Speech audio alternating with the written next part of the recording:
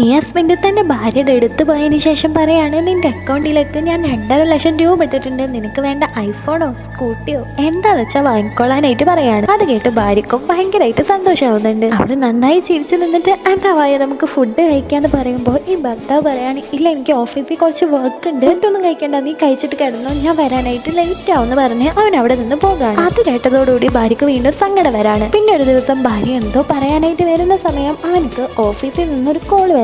അത് അവന്റെ ബോസ് ആയിരുന്നു. ബോസ് വിളിച്ചിട്ട് പറയാണ്, ഇന്ന് രാത്രി ഫോറിനേഴ്സിനായിട്ട് ഒരു മീറ്റിംഗ് ഉണ്ട്, നീ പെട്ടെന്ന് തന്നെ ഇങ്ങോട്ട് വരണമെന്ന്.